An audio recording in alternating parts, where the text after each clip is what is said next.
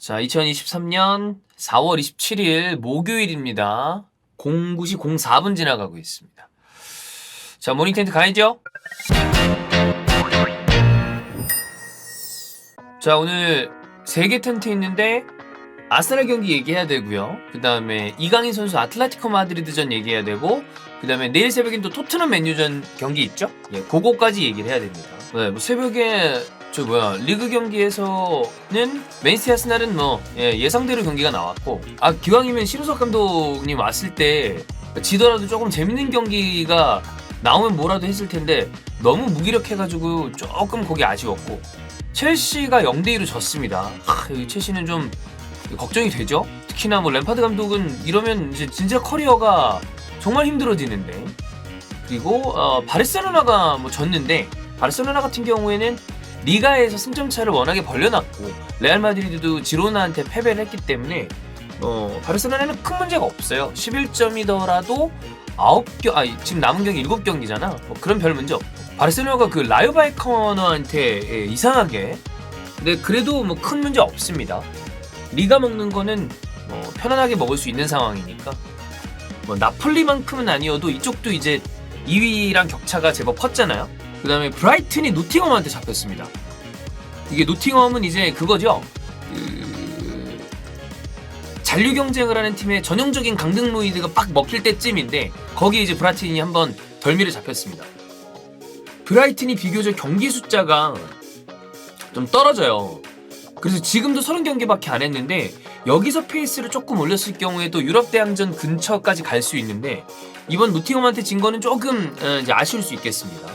네, 그 다음에 코파 이탈리아 같은 경우에는 찬우 형도 이거 하나 남았다 이라고 얘기를 했었잖아요. 챔피언스리그는 본인은 기대 안 한다라고 얘기를 했었는데, 어쨌든 인테르가 합계 스코어 상으로 이제 올라갔고, 그러면 나머지 한 팀은 그 피오렌티나가 될 가능성이 있다고 봤을 때, 피오렌티나가 이미 원정에서 2대0이었잖아요. 그 크레모네세랑 경기했을 때. 그러면 인테르 대 피렌체 경기가 이루어질 가능성이 크죠. 그래도 아직 트로피를 딸 수 있을 가능성이, 인테르는 리그는 챔피언스리그 티켓도 쉽지 않아 보입니다만 챔피언스리그 남았고, 그 다음에 코파 이탈리아 남았고, 그러니까 마지막에 집중을 하면 나름대로 소기의 성과 내지는 아주 큰 트로피를 딸 수도 있는 상황이니까 마지막까지 봐야죠. 자, 그러면 처음 텐트부터 가도록 하겠습니다. 갑시다. 자, 이강인입니다. 계절함. 이달의 선수 가나요? 자, 오늘 새벽이었죠? 오늘 새벽 아틀레티코 마드리드와 경기가 있었습니다. 심지어 처음에 먼저 득점을 한 거는 마요르카 쪽이었어요. 근데 이강인 선수는 벤치 스타트했습니다. 아기레 감독이 수비적인 전술을 가지고 나왔는데, 원래 기본적으로도 마요르카의 스탠스는 수비적인 전술이고, 더군다나 상대가 아틀레티코 마드리드라면 당연히 그럴 수 있죠. 전반까지 1대1이었기 때문에 나쁘지 않은 그림을 그렸다고 봅니다. 근데 모라타한테 후반 초반에 실점을 했고요. 그러면서 분위기가 확연하게 넘어가고 말았다. 근데 워낙에 이제 좀 체급차가 나기 때문에 마요르카가 아틀레티코 마드리드의 원정 가가지고 진 게 그렇게 되게 이상한 일은 아니죠. 근데 그런 상황에 이강인, 무리키, 은디아예를 동시에 투입을 했습니다. 56분에 들어갔죠. 그래서 34분 정도로 소화를 했습니다. 자, 이강인 선수 기록 한번 봐야죠. 이강인 기록을 봅시다. 자, 그라운드 경합 5회 했습니다. 그중에 4회 승리했습니다. 드리블 2회 시도했고요. 2회 성공했습니다. 좋죠. 롱패스 한 번 시도했고요. 한 번 성공했습니다. 스탯상으로 모두 다 괜찮은 스탯. 그리고 최근에 이 헤타페전의 득점도 그렇고, 이강인 선수는 최근에는 어떤 그런 느낌이에요. 원래 이 선수가 실력적으로 봤을 때 최근 모닝 텐트나 우리 컨텐츠에서 얘기했었던 거는, 이제 뭔가 청년 느낌이 있었던 선수였는데, 완벽하게 성인 레벨의 이 자신감과 피지컬적인 부분과 축구를 보여준다라는 이야기를 했었는데, 그 자신감 때문에 슈팅이랑 공격 포인트를 생산해내는 부분에 대해서도 꽤 자신감이 올라온 것 같습니다. 슈팅, 공격 포인트 생산, 자신감 높아 보인다. 박스 안쪽이라거나 사이드라인 부근에서 저돌적인 돌파를 많이 합니다. 그리고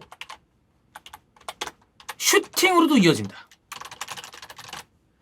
요즘에 이강인 선수 포지션이라고 하는 게 공미 내지는 세컨톱 물론 뭐 측면 미드필더도 보긴 합니다만 대다수의 이 공격에 관여할 수 있는 정도의 위치에 있는 선수들은 직접적으로 박스 타격을 할 수 있는가 없는가가 이 선수의 몸값이나 이 선수를 어떻게 평가하는지에 대한 어떤 그 가늠이 되는데, 이강인 선수가 그런 부분에 대해서 지난 시즌에 아마 영주 형이 그 얘기를 했을 거예요. 이강인 선수가 다음 시즌에는 공격 포인트와 관련된 게 조금 더 나왔으면 좋겠다. 어쨌든 자리가 자리다 보니까, 공미 자리다 보니까 골이든 도움이든 눈에 보이는 스탯이 있는 게 제법 중요한데 그런 부분이 늘어났으면 좋겠다라는 얘기를 했거든요. 근데 영주형 얘기대로 이 부분이 올라오고 있는 게 눈에 보인다. 팀은 뭐 졌습니다만 그 패배가 아틀레티코 마드리드 원정에서 지는 거 아까도 얘기했지만 이상한 게 아니고, 근데 교체 투입에서 꽤 이강인은 빛나는 활약을 보여줬다라고 보면 될 것 같습니다. 참 신기하죠? 이게 원래 이강인 선수는 속도 얘기가 많이 나는데 이런 얘기를 많이 했죠. 물리적인 속도는 빠르지 않지만 생각하는 속도가 빠른 선수. 근데 지금은 생각하는 속도는 그대로인데 아니 그 실제로 약간 빨라진 것 같아. 이게 어떤 부분에서 명확하게 실제 진짜 막 기록이 진짜 달리기가 빨라졌는 건 알 수 없는데 체감상 전체적으로 속도가 올라간 느낌이에요. 피지컬적인 부분에서 튼튼해진 것뿐만이 아니라 속도가 빨라진 느낌이 들어. 근데 이거 그 지도자들, 해외 지도자들도 칼럼이나 이런 거 쓴 거 보면 속도 파트는 후천적으로 나아질 가능성이 굉장히 좀 떨어지는 이 능력이라고 얘기를 많이 하거든요. 그래서 어린 선수들을 스카우트할 때는 속도를 정말 많이 본다라는 얘기를 예전에 아르센 벵거도 한 적이 있어요. 왜냐면 그거는 나중에 가르쳐줘서 빨라질 가능성이 많지 않기 때문에. 근데 이거는 빨라진 것 같아. 스피드가 꽤 좋아 보입니다. 자, 어쨌든 그러다 보니까 최근 라리가가 발표한 이달의 선수 후보에 이강인 선수가 포함이 됐습니다. 자, 지난 그 8월에 이달의 선수 후보의 상이 한번 올랐어요. 근데 그때는 베티스의 이글레시아스가 이제 수상을 했었죠. 당시에는 보르하 이글레시아스, 베티스죠. 수상을 했습니다. 자, 라리가 이달의 선수상은 13-14 시즌의 9월부터 시상을 하게 시작했습니다. 여기부터 시작. 2013년, 2014년이면 저 스포티비 다닐 때네요. 2013년에 제가 K리그 당시에 챌린지 중계하고 그 다음에 클래식이랑 고해 말부터 챔피언스리그 중계를 했던 기억이 나는데 이때부터 시작을 했고, 초대 수상자 여러분 누군가요?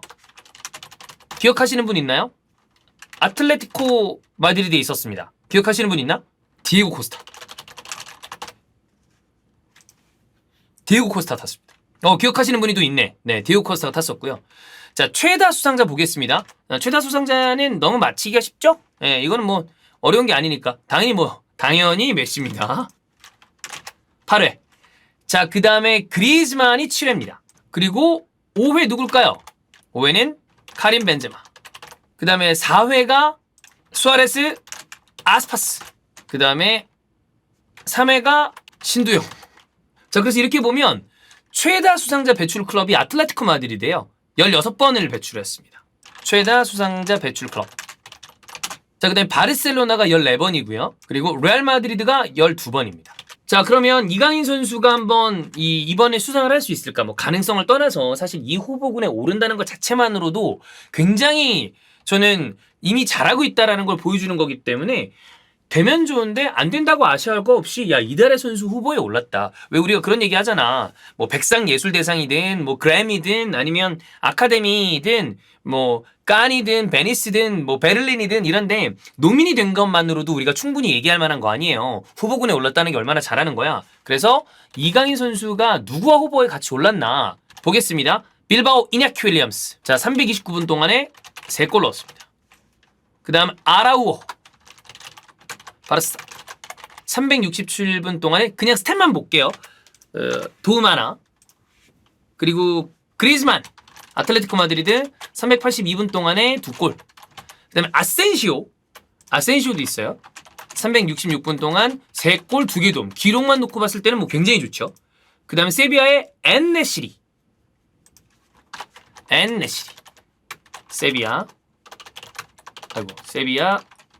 308분 동안에 3골. 그 다음에 바야돌리드의 아말라. 지금 채팅창에서 그 레알 마드리드 팬이 아센시오 저거 영향력 없음. 188분 동안에 2골 1개동. 그리고 이강인 마요르카 362분 동안에 2골. 뭐 실제로 탈 수 있을지는 모르겠습니다만 이강인 선수가 이들과 이름을 나란히 했다. 이냐키, 아라후, 그리즈만, 아센시오, 엔네시리, 아말라. 자, 이런 선수들과 이름을 같이 했습니다. 득점만 놓고 봤을 때는 아센시오, 엔네시리, 이냐키가 3골이고요. 근데 공격 포인트만 놓고 볼게요. 아까 뭐 영양가가 없다라고 하지만 어쨌든 5개잖아. 그 다음에 출전 시간 대비 가장 뛰어난 걸로 봤을 때는 아말라입니다. 188분이었, 2골 1개 도움이니까 기록적으로 봤을 땐 그렇고. 출전 시간만 놓고 봤을 때는 8명의 후보 선수들 중에 이강인 선수가 4위. 뭐 거의 비슷해요. 2위부터 4위까지는 거의 비슷합니다. 자, 그 다음에 이것뿐만이 아닙니다. 또 들어간 게 뭐냐면 30라운드 베스트 골 후보. 이강인 선수는 여기에도 들어갔습니다. 이 헤타페전에 터트린 골, 이건 워낙에 하프라인부터 들어가면서 드리블한 다음에 이 원더골이 나왔기 때문에 여기에 이 골이 들어갔다. 이강인 요즘 완전 상종가죠? 네. 최근에 지금 이강인 선수는 주목을 굉장히 많이 받고 있습니다. 자, 30라운드 베스트 11 들어갔어요. 이달의 선수 후보 선정 됐죠. 이달의 골 후보 선정 됐습니다. 그 다음에 톱 태커 공식 유튜브에 올라가는 게 있거든요, 여러분. 이거 30라운드 톱 태커 선정이 됐는데 이게 뭐냐면 이거 뭐 라리가 보시는 분들은 아시겠지만 톱 태커가 해당 라운드 제일 뛰어난 활약 스킬을 보여준 선수들, 요거를 영상으로 해가지고 유튜브에 올려요. 여기에도 들어갔고요. 그 다음에 뭐 이거는 뭐 공식은 아닙니다만 풋몹, 여러분 풋몹 많이 보시죠? 풋몹 기준 라리가 30라운드 베스트 11 여기에도 들어갔고, 그 다음에 라리가 공식 SNS가 이강인 사진 골 영상 올리면서 히스토리 메이커. 왜? 한국인 최초 라리가 멀티골. 제가 그 예전에 앙리의 그 엄청난 득점 영상에서 해외 코멘테이터가 얘기하는 레코드 브레이커, 히스토리 메이커라는 단어가 어렸을 때 듣는데 너무 멋있는 거야. 기록을 만들어가고, 기록을 깨고 역사를 만들어가는. 근데 이강인은 한국인 라리가로 봤을 때는 히스토리 메이커가 맞다. 진짜 상종가다. 엄청나게 잘해주고 있다. 네. 그래서 뭐 설사 이번에 이달의 선수에 뽑히지 않는다 하더라도 정말 좋은 모습을 보여주고 있기 때문에 네, 이강인 선수는 쭉 이런 모습을 보여주면 좋겠다. 뭐 소니도 다시 살아나는 모습, 토트넘의 어떤 성적과 별개로 최근에 다시 올라오는 모습이 있어서 다행이고, 김민재 선수는 스쿠데토가 눈앞에 있고, 이강인 선수는 사실 마요르카는 앞에 얘기했었던 나폴리가 우승권, 그 다음에 토트넘은 어쨌든 이 챔피언스리그 티켓을 쥐고 계속해서 경쟁을 해야 되는 정도의 수준이고, 근데 마요르카는 그들에 비해서는, 그 팀들에 비해서는 규모가 작잖아요. 그럼에도 불구하고 이 정도 역할을 해준다는 건 대단하다 라고 보시면 되겠습니다.